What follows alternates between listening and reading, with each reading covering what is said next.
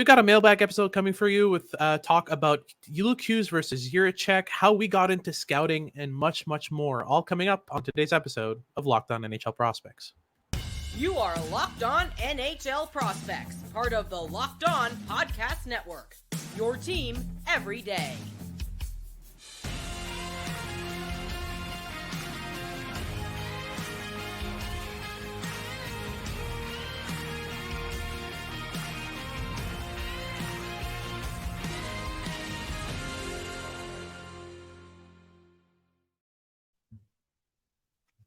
Welcome back to Locked On NHL Prospects, part of the Locked On Podcast Network, your team every day. On this podcast, we break down everything prospects related for you 5 days a week, Monday to Friday. I'm Hadi Calder, joined by Sebastian and Hadi, and we'll be breaking down a couple of mailbag episodes for you in today's episode, just talking about overall some of the questions you've sent in our YouTube comments, on Twitter, etc. We'll be breaking that down for you in the next episode here. So before we get into any of it, just make sure to like and subscribe if you're watching on YouTube. Leave us a comment. We always read our comments and select the best ones for our mailbag episodes, so make sure to do that. And if you're listening on your favorite podcasting platform, make sure to make us your first listen of the day. So let's get right into it with a couple mailbag episodes here, a couple mailbag questions here. We're going to start off with an interesting one for me, and Luke Hughes versus David Jiricek. Someone asked us how that comparable goes. We compared Jiricek and Nemec. We compared Hughes and Hudson, but now it's time to kind of break down exactly what the difference is between Luke Hughes and David Jiricek, because both of them are going to be heading into a season where they're most likely to end up in the Calder conversation. We'll have a couple more questions regarding the Calder Trophy a bit later on, but we'll focus on this one for the moment. Sebastian, what's your take first and foremost on where Luke Hughes is at in his career and how he's likely to fit into the New Jersey Devils lineup, especially with a guy like Dougie Hamilton playing the top power play, playing top minutes? How does that look for you? Yeah, I mean, Luke Hughes definitely has a more clear path to big NHL minutes this season than David Jiricek does. Yeah, and I think he's quite likely to be a top 4 stalwart for New Jersey this season. I do think that there will be some hurdles along the way, and especially on the defensive side of things.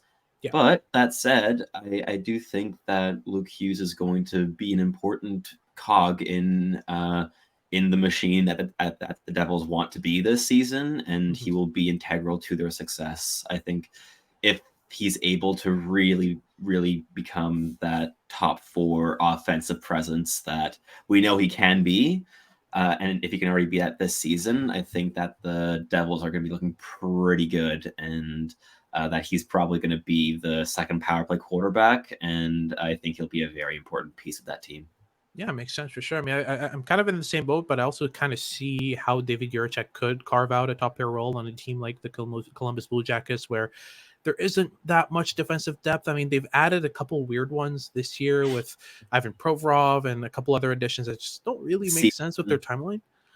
Yeah, no, exactly. I mean, I still see David Jiricek as outplaying those guys in the long term, and I feel like it's just a matter of time before we see David Jiricek on the top pair. But for me, Luke Hughes is in a situation where, I mean, the best case scenario is he's playing on a top line this year. I don't see that as being necessarily realistic for Jiricek, right? But I feel like skill set wise, they've got different skill sets, but that often give out the same output. I mean, Luke Hughes definitely struggles in his own zone. Like, there's no questioning that. That's for sure. But offensively, I can't really name you a better offensive defenseman among NHL prospects. It's just the fluidity, the intelligence, the play reading, the advanced playmaking, even the shot itself, and his hands especially.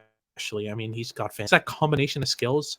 You could see a ceiling of, I talked about a potential for a point a game. I still believe in that, but realistically, we're talking about a guy who could very well score 60 points in the NHL. A guy who has that skill set, who has those abilities. In Jiricek, in terms of a guy who's a bit more well-rounded, especially defensively, he's got a bit more physicality. He's able to play the boards really well. He's able to push in front of the net, do the things that coaches like really much out of their defensemen. But the output offensively is fantastic as well. I really believe in the offensive output for Jiricek. I think he's got an untapped offensive side. If you develop him properly, you could get a player with a booming shot who's going to score you 20 goals from the point and is going to put up his fair share of assists. It's just a matter of, do you like the well-roundedness of Jiricek, or do you like the specialist kind of profile of a Luke Hughes. And either way, you're fantastic prospects. But for me, I lean Jiricek long term. But in the next few years, for sure, Luke Hughes is ahead of him. For sure, Luke Hughes is going to have more opportunities to play in at the top of the lineup. We'll see how it goes, really. But for me, that's kind of my take on that. Do you see any other scenarios for Luke Hughes? Like for me, it's so clear that this year there's a clear path to a top four, and it's going to be playing power play minutes for sure. Like I think of the two, I'd say Hughes is more likely to be the Calder candidate. You know, if we're making a top five for the Calder, right? Oh, for sure. Like I definitely think that Hughes is further along on this path, and I think that the Devils like made room for him to go up the lineup, whereas the Blue Jackets did the opposite by acquiring defensemen that are going to potentially block Jiricek's rise up the lineup. So I think in terms of Calder likelihood, I don't really see a path for Jiricek to be in that conversation because of the situation in Columbus. Whereas with Luke Hughes, I think he's probably he's certainly among the 5 most likely candidates for the trophy. Yeah, no, absolutely. And I mean, you're looking at 2 prospects with a lot of talent, a lot of skill, and like cutting between them and trying to determine which one is best is a bit tough, especially at the stage of their career. I mean, if we're talking about upside overall, I still think, if you're talking about, if you're looking for a player for your points only fantasy league, I mean, it's clearly going to be Luke Hughes. But David Jiricek's overall impact is terrifying if you look at it just from an upside perspective. He can do everything, and with a guy like that, I mean, I'm already shocked that he was the player who was picked first between Jiricek and Nemeth. I've always preferred Jiricek. If there was a point at the start of the draft year last year in 2022 where I kind of had my hesitations. I really liked Luke Nemeth intelligence and play reading and fluidity on skates and all that. But as time went on, it just became so clear how dominant David Jiricek at his best could be. And it's just, you compare that with a guy like Luke Hughes, who from the start I was always a fan of. I mean, he was my number 2 overall pick in 2021 behind William Eklund, and I had him ahead of Owen Power, even though they were both playing in the same, they were both playing in the U.S. Luke Hughes was headed to Michigan. Owen Power was already there, so already a step ahead and doing great. I still believed in Luke Hughes' upside, and I still do to a certain extent. It's just the defensive warts have become more and more clear. I expected some progress, and I haven't seen as much progress as I would have liked regarding Luke Hughes' defensive game. But he's able to do some of the things you want him to do. He's able to get his stick in gaps. He's able to close gaps quickly. It's just once he gets to his defensive zone, especially when situations get more complicated than just a one-on-one, it kind of breaks down for him, right? And I'm just worried about how that progresses at the NHL level and how he's able to work out of that.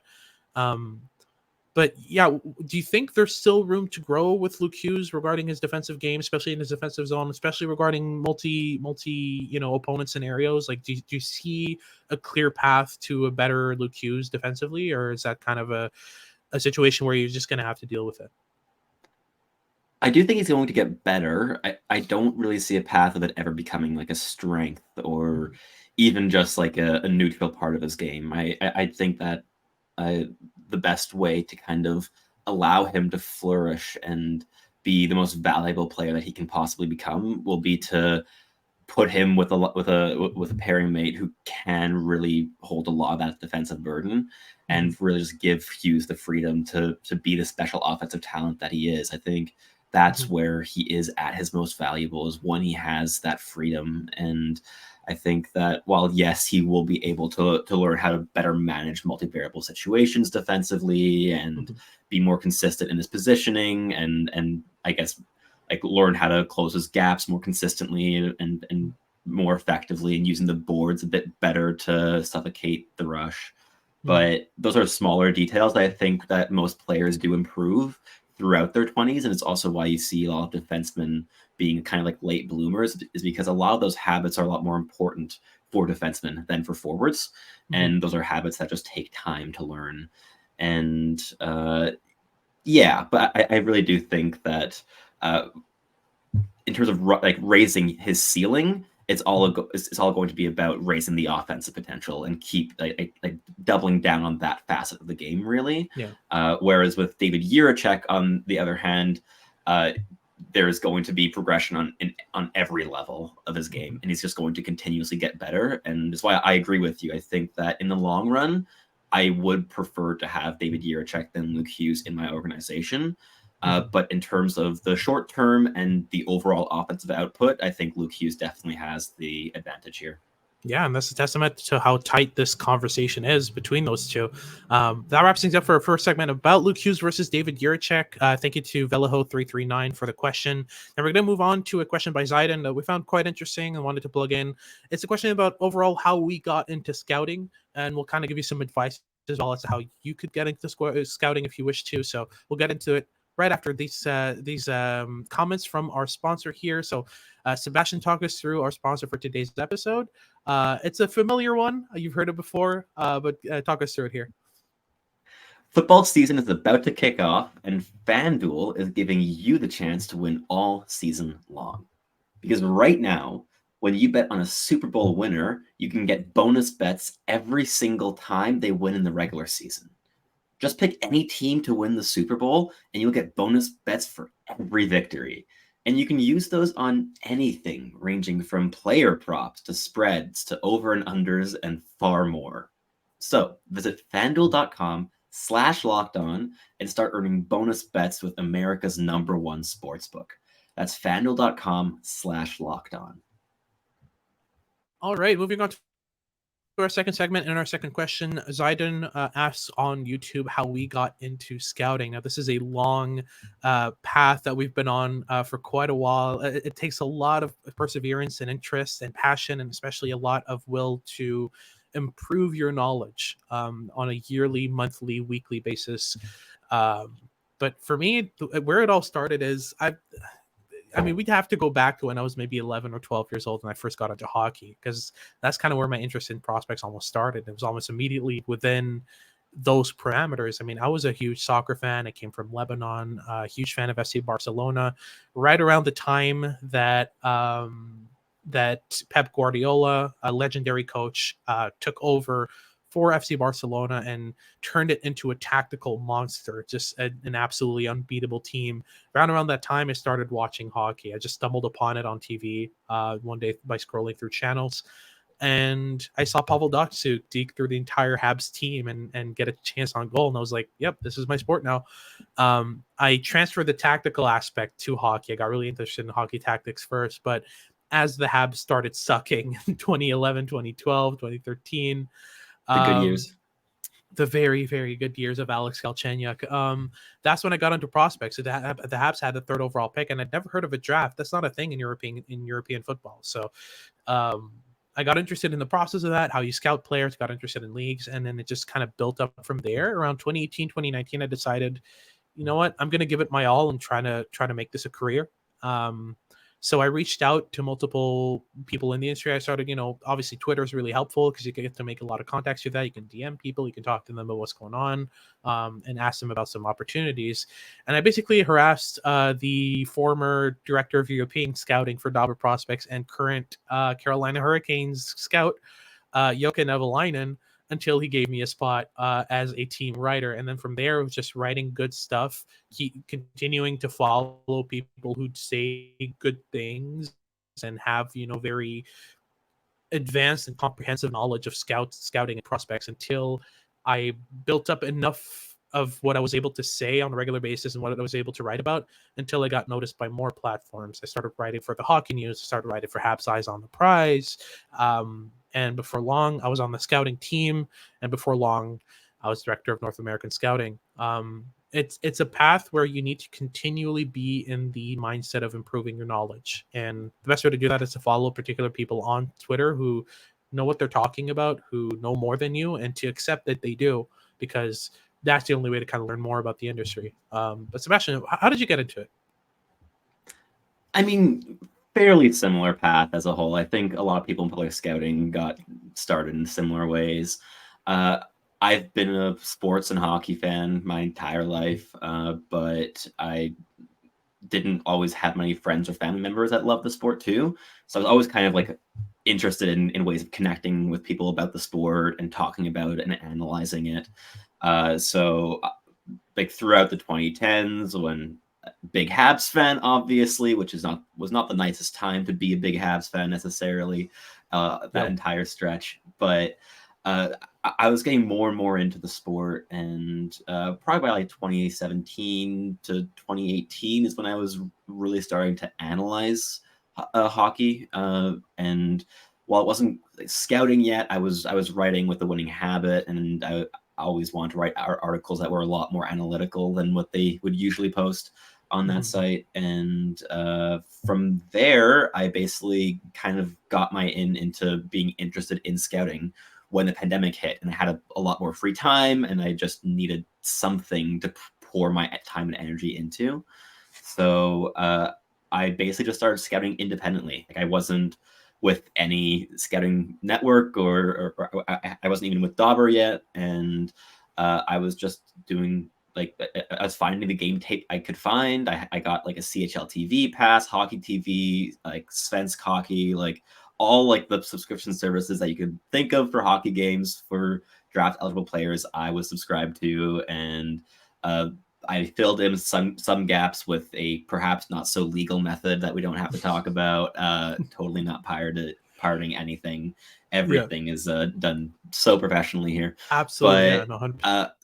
But then I got my in with Dauber, and it was actually through Hadi. Like, I texted you like at one point, like halfway through the 2022 draft, being like, are there any openings at Dauber that I could join? And you're like, not yet, but I'll keep you posted. And a couple months later, you texted back, and there was an opening with the Habs writer position at Dauber, and that was kind of my in. And from there, I then got added to the draft team a couple months after that. And just like that, things kind of just started like spiraling, and in a good sense, like things started actually rolling. And no, like I think there's a lot of different ways to get started in this industry.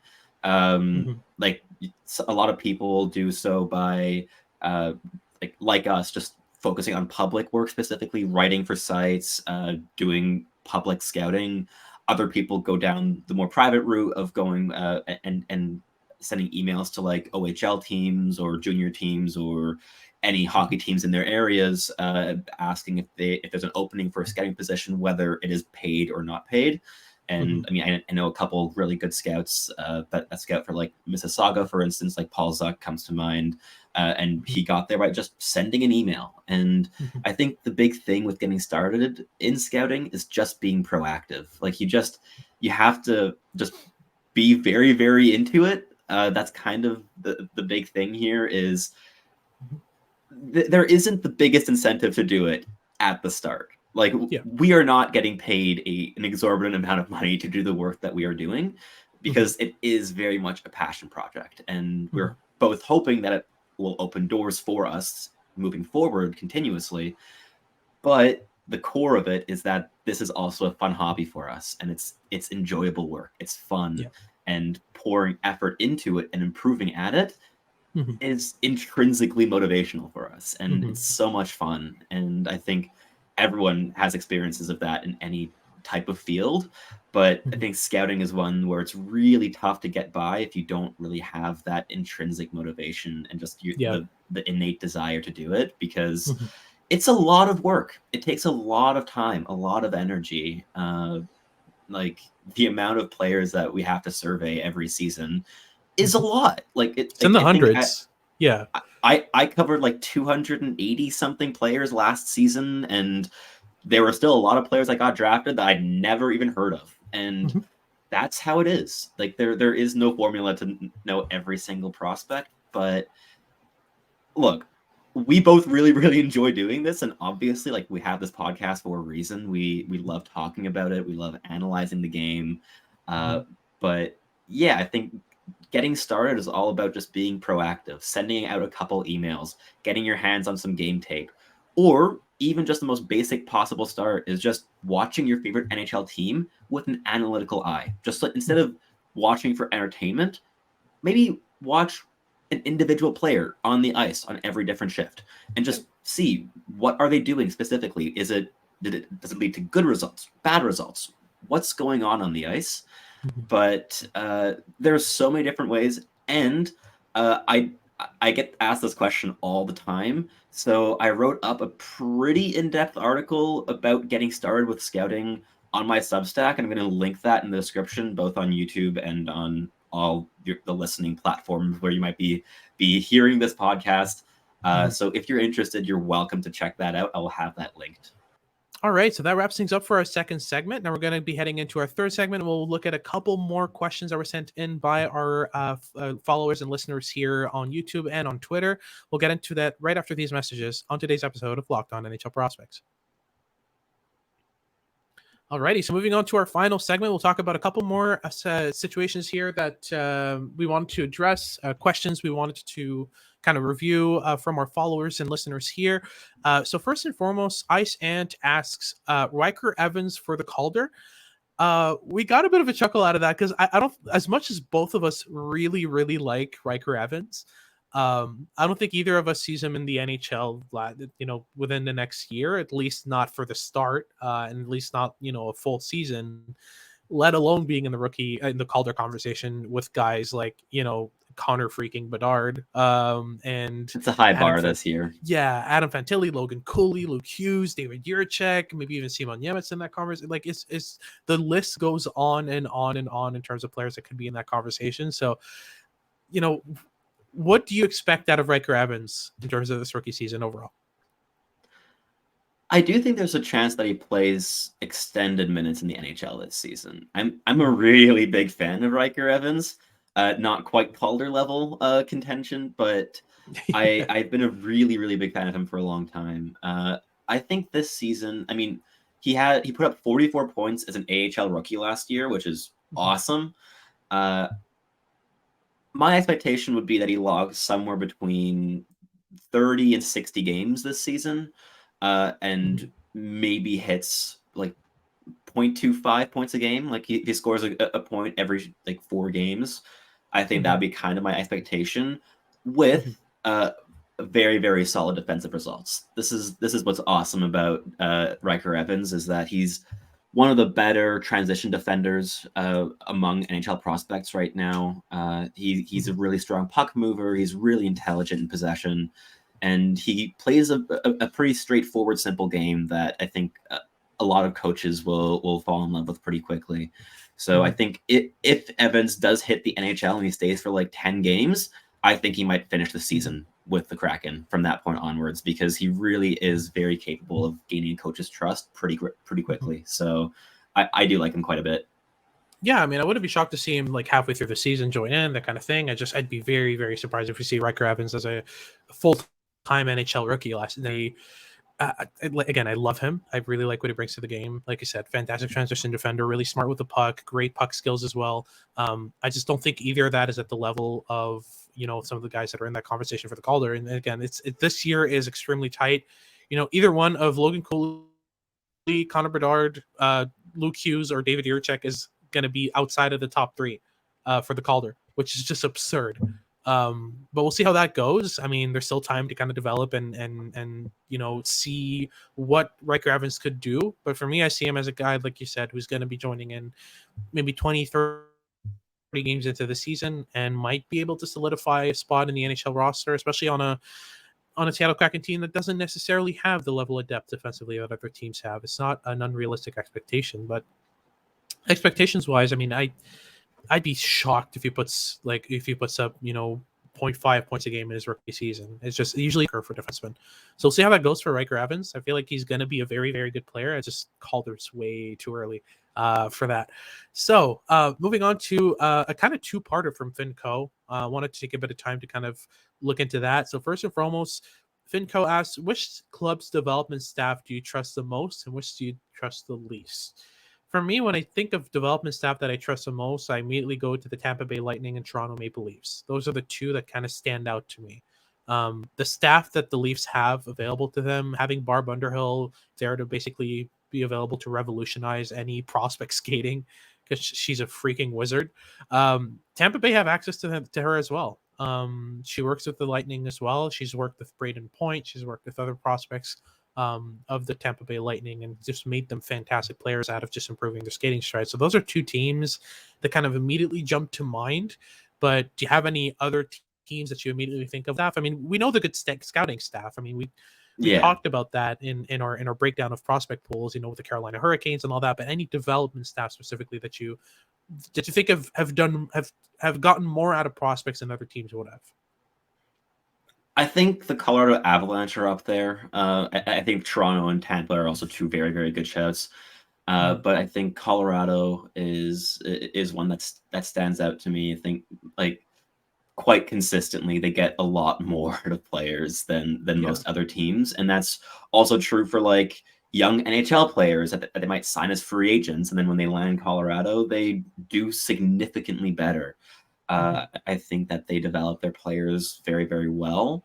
I might also tentatively throw the Montreal Canadiens into that mix. It's a very young it's a very new development staff. Like they only got hired like a year ago, so it's very much like early returns. So big asterisk on that.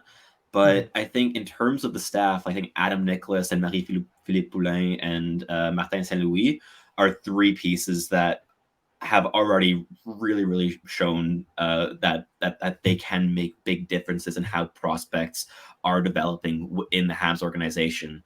I'm thinking of guys like Riley Kidney, who took a ton of strides with just one off season, with a lot of time spent with Adam Nicholas. He went from a pure perimeter playmaker to a very, very skilled middle-driven playmaker in the span of about 5 or 6 months, with really targeted development from that Habs staff. But I wouldn't quite say it's like the best staff in the league yet. Like I think that it's too early to say anything along those lines. But I do think it's one that I like of all the cogs in the Montreal organization, the development staff is the one that I trust the most. And I think that they are one of the stronger ones around. But we'll see just how strong it is with time. As for the one that I trust the least, kind of along with like the scouting department I trust the least, I'd probably throw the New York Islanders in there. I haven't seen the Isles really be able to like develop talent much. Like they're able to trade for talent. I mean, they acquired Alexander Romanov, for instance, as a young NHLer, but they needed the Habs to kind of do the heavy developmental lifting for them. And I haven't seen Romanov really progress since that trade. And he's just still like, what, 22, 23 years old. And while, yes, they haven't exactly been drafting a lot of talent, which makes developing it difficult. Even so, like I have not seen their prospects or young NHLers really progress consistently or all that well. So I think the Islanders would be pretty low on my list of most trustworthy development staffs. Yeah, for sure. I mean, another team I might be able to put in there would possibly be the Arizona Coyotes, but it's a bit early for them. I mean, we'll see where that goes with them. It's just there was a long stretch of time where they were drafting high and not really developing much. So that kind of concerns me, but I'm assuming there's been some turnover in that staff, but time will tell with that. But that wraps things up for today's episode. Thank you very much for tuning in. If you're watching on YouTube, make sure to like and subscribe. Leave us a comment letting us know what you want us to talk about next. If you have any questions, like we always say, we always keep a lookout for questions that are interesting and could fit into our mailbag episodes. And if you're listening on your favorite podcasting platforms, make sure to make us your first listen of the day. For your second listen of the day, make sure to check out Locked On Sports Today. You'll get all your news and updates about everything that's going on in the sporting world. And keep a lookout for our next episode where we'll be talking a bit more about the 2024 NHL Draft prospects. We've logged a couple more viewings and have got things to say about some prominent NHL prospects from the 2024 NHL Draft. So this has been Hadi Kalakesh with Sebastian and Hadi, and we hope you tune in next time.